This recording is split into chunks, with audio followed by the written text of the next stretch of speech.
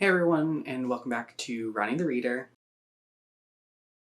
Today I want to discuss some books that have been on my TBR for a little bit that I want to try to make a priority in the year of 2024. So there's going to be a collection of standalone books, and then I am going to be discussing two series as well that I want to try to finish. Just going to go ahead and jump right into them, and then so the first book that I want to make a priority is actually the book that I have most recently bought myself, and that is actually Plain Bad Heroines by Emily M. Danforth. So this book follows, I believe, two separate timelines of, I believe there's one timeline that's set in 1902 that's following two young girls who go to a boarding school, and then there is now a like modern day or present day timeline where these people, I'm not sure who it is, but I don't want to read the synopsis too much. They're now like investigating or going back to where this boarding school that the two girls attended once stood, or is still stands but is now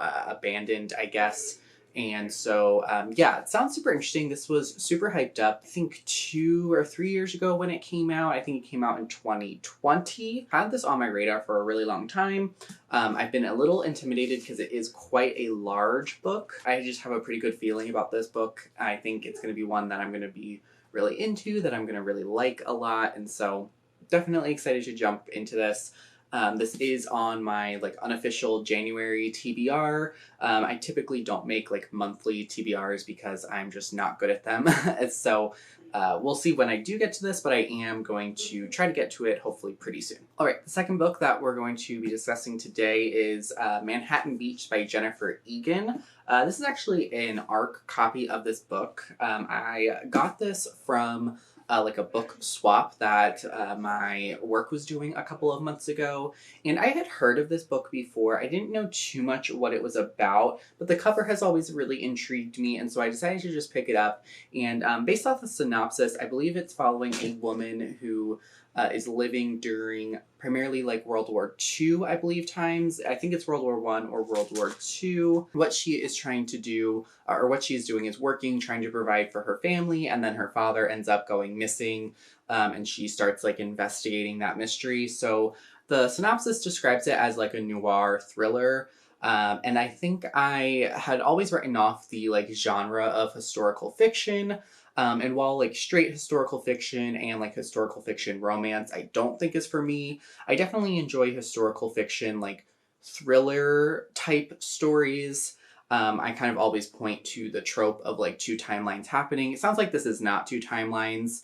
It's just one timeline set in more of a historical setting type past, but it sounds like there is more of a investigative mystery element. So I'm apprehensive going into this. It definitely could be a big hit or a big miss for me. Definitely stepping a little bit out of my comfort zone with this one, but I am excited, and it's an ARC copy, and I love like ARC sized of books, and it's like super floppy. So definitely gonna try to make time for this in the year. I don't have an exact plan on when I am going to be reaching for this. But hopefully I get to it at some point. All right, the next book we're going to be talking about is Recursion by Blake Crouch. This is a science fiction book that I actually don't know the plot to at all, and that's definitely intentional. I read Dark Matter by Blake Crouch years and years ago, at this point in like 2018 or 19, so 4 to 5 years ago almost, and I've always been meaning to pick up more of his works. I got this back when I was subscribing to Book of the Month, and I stopped Book of the Month subscription, I think, in 2021, like late or like middle-ish of 2021. So this year will have almost 3 years since I've stopped that. So this book I've definitely had for a really long time. I think what's holding me back from this book is the fact that, one, it's actually a hardcover, so I don't like reading like hardcover books like physically. It's just uncomfortable, and I know that's like super snobby and very like kind of an elitist thing to think, I think personally, but you know, I just typically don't reach for hardcover books that often, and so that's kind of why this has been sitting for so long, like really the only reason, because I do like the genre of science fiction.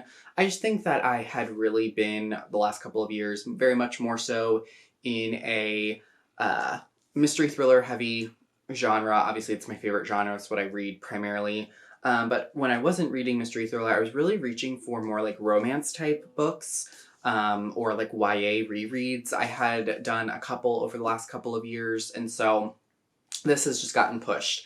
But I definitely want to try to make it a priority. This is something that I want to try to get to in the springtime. I don't know why I feel like science fiction and spring just like go hand in hand together sometimes.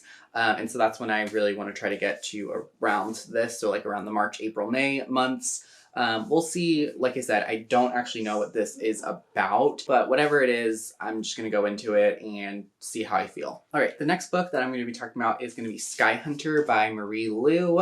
So I was a big Marie Lu fan as a teenager, read the Legend series, the Young Elite series. I read Warcross and Wildcard. Did not enjoy those as much as kind of her earlier works. I have also read The Kingdom of Back, which was really not my genre. I probably should not have read it, but I was kind of reading all of her books, and so I picked that up, and then this was the book that came out immediately after that one, I believe.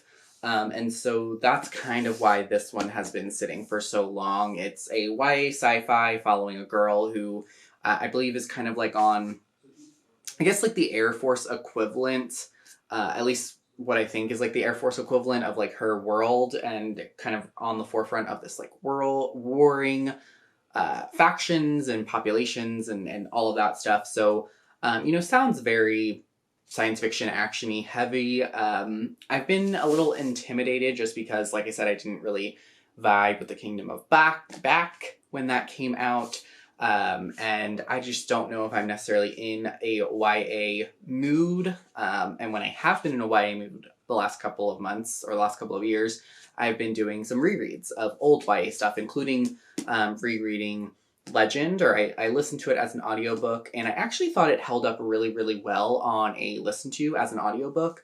However, I then started Prodigy, and I don't even remember if I finished Prodigy. I think I did finish Prodigy, and I think I gave it like 3 stars, but it's really boring. Like, I don't remember really anything. There's like one scene I remember that happens in that book. And then I did try to start Champion, and I think I got like maybe an hour into the audiobook, and I was just like, all right, I'm not into this. And so a little anxious to kind of go for Sky Hunter. I think I'm going to try to get the audiobook to start with this and then switch over to physical reading. But we'll see. I'm hoping that I like this and that this kind of reignites my love for Marie Lu, who I definitely think is the YA author that I've read the most from, probably. Yeah, hopefully going to try to get to this one next year. Or this year. Lastly, we're going to be talking about 2 series, but they're by the same author. So it's the remaining books that I have of Cinda Williams' Chima or Shima. I'm not sure how you pronounce her last name still up to this day. Still have The Wizard Heir and The Dragon Heir to read, which I think there are actually more books in this like companion series.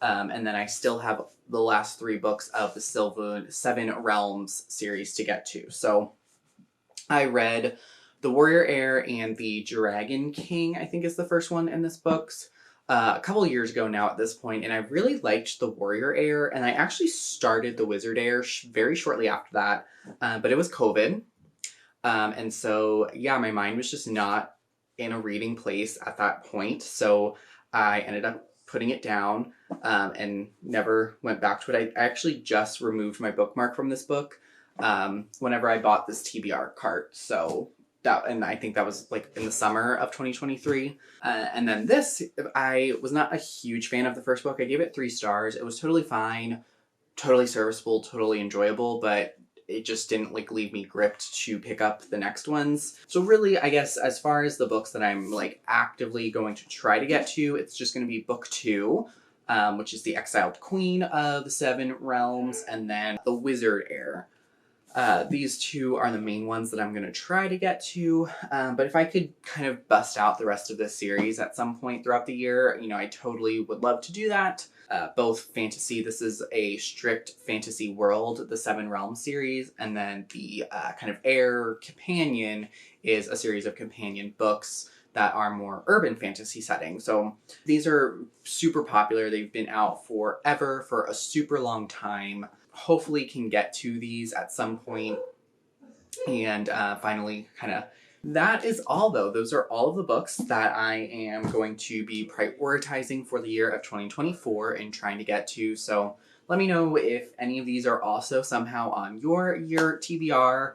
And let me know if you've read any of these that I'm trying to prioritize. Of course, I still have other books here.